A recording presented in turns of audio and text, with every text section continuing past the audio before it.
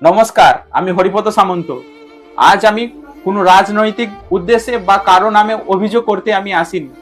আজ আমি একজন সাধারণ মানুষ হিসাবে, একজন অসহায় ছেলে হিসাবে হাত জড়ো করে আজ আপনাদের সামনে দাঁড়িয়েছি একটু আশীর্বাদ আর সহানুভূতির আশায়।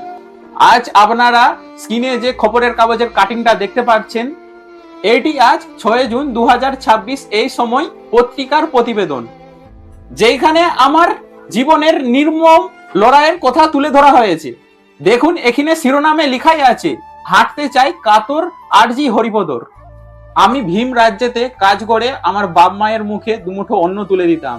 2020 সালের করোনা মহামারী হাজার হাজার পরিযায়ী শ্রমিকের মতো আমার জীবনটাকেও অন্ধকারে ঠেলে দিয়েছে। বাড়ি ফিরে আসার পরে যখন আমার করোনা পজিটিভ রিপোর্ট আসে, তখন সরকারি অ্যাম্বুলেন্সে করে আমাকে হাসপাতালে নিয়ে যাওয়া হচ্ছিল, কিন্তু পথেই একটা ভয়াবহ দুর্ঘটনা ঘটে। সেই দুর্ঘটনায় আমাদের অ্যাম্বুলেন্স চালক প্রাণ হারায় এবং আমার সাথে থাকা একজন করোনা আক্রান্ত ভাই প্রাণ হারায়। ঈশ্বরের কৃপায় আমি কোনো রকম বেঁচে ফিরলেও সিট দ্বারা স্পাইনাল কর্ড মারাত্মকভাবে ক্ষতি হয়। সেই থেকে আজ পর্যন্ত আমার হাঁটা চলার ক্ষমতা হারিয়ে গেছে। এখন এই হুইল চেয়ারটাই আমার একমাত্র ভরসা। আমার বাবা একজন সাধারণ ভাগ চাষি আর আমার মা বাজারেতে আলু পেঁয়াজ বিক্রি করে দিন আনে দিন খাই। এই সংসারেতে বিগত কয়েক বছর ধরে আমার চিকিৎসার খরচ জোগাতে আমার পরিবার নিঃস্ব হয়ে গেছে। চিকিৎসকরা বলেছে যে আমি যদি সঠিক চিকিৎসা করাই আমি হয়তো আবারও হাঁটতে পারবো, কিন্তু টাকার অভাবে সেই চিকিৎসা আজ বন্ধের মুখে। আজ আমি এই ভিডিওর মাধ্যমে কৃতজ্ঞতা এবং ধন্যবাদ জানাতে চাই এই সময় পত্রিকার শ্রদ্ধেয় সাংবাদিক দিগন্ত মান্না স্যারকে।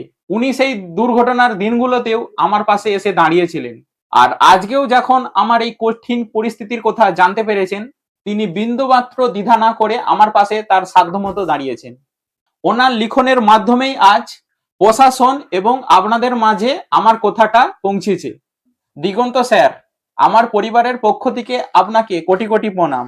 আমি জানি আমাদের সমাজ এবং আমাদের সরকার সবসময় অসহায় মানুষের পাশে দাঁড়ায়। সে যেই দলেরই মানুষ হোক না কেন, দিন শেষে আমরা সবাই মানুষ। তাই সমস্ত রাজনৈতিক ভেদাভেদ ভুলে উভয় পক্ষের সমস্ত সম্মানীয় জনপ্রতিনিধি, সমাজসেবী সরকারের কাছে হাত জড়ো করে দুটি আমার প্রার্থনা। প্রথমত, দয়া করে আপনারা আমার একটি সুচিকিৎসার ব্যবস্থা করে দিন, যাতে আমি আবার আমার নিজের পায়ে উঠে দাঁড়াতে পারি। এবং দ্বিতীয়ত, যদি সম্ভব হয় আমার শারীরিক সক্ষমতার অনুযায়ী আমাকে একটা ছোট্ট কর্মসংস্থানের ব্যবস্থা করে দিন। আমি কারো উপরে বোঝা হয়ে বেঁচে থাকতে চাই না।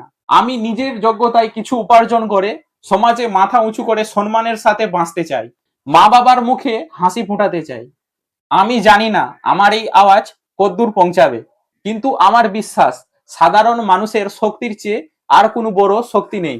আপনারা যারা আজ আমার এই ভিডিওটি দেখছেন, দল মত নির্বিশেষে আপনাদের সবার কাছে আমার একটাই অনুরোধ, দয়া করে এই ভিডিওটি একটু বেশি বেশি শেয়ার করে দিন। আপনার একটি শেয়ার নবান্ন বা মহাকরণের কর্মকর্তাদের নজরে খবরটা পৌঁছে দিতে সাহায্য করবে। আপনাদের সকলের আশীর্বাদ আর ভালোবাসাই পারে আমাকে আবার নতুন জীবন দিতে। দয়া করে আমার পাশে থাকুন। এই ভাইটিকে একটু আপনারা সবাই আশীর্বাদ করুন। সবাই ভালো থাকবেন, সুস্থ থাকবেন। নমস্কার।